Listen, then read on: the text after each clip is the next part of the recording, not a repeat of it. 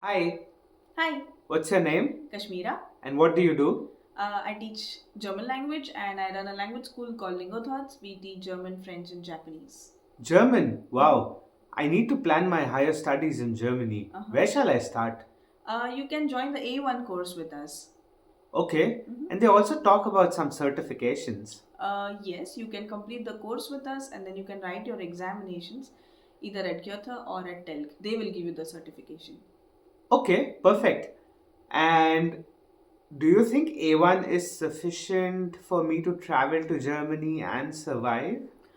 It is good to start with, but it is advisable that you complete your B2 level because you can integrate well in the country and it's also good for your career.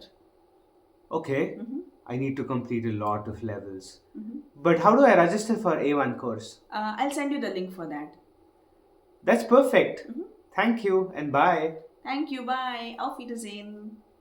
Danke, that's how you say thank you, right? Yes, that's right. Danke, Danke. ciao. Ciao.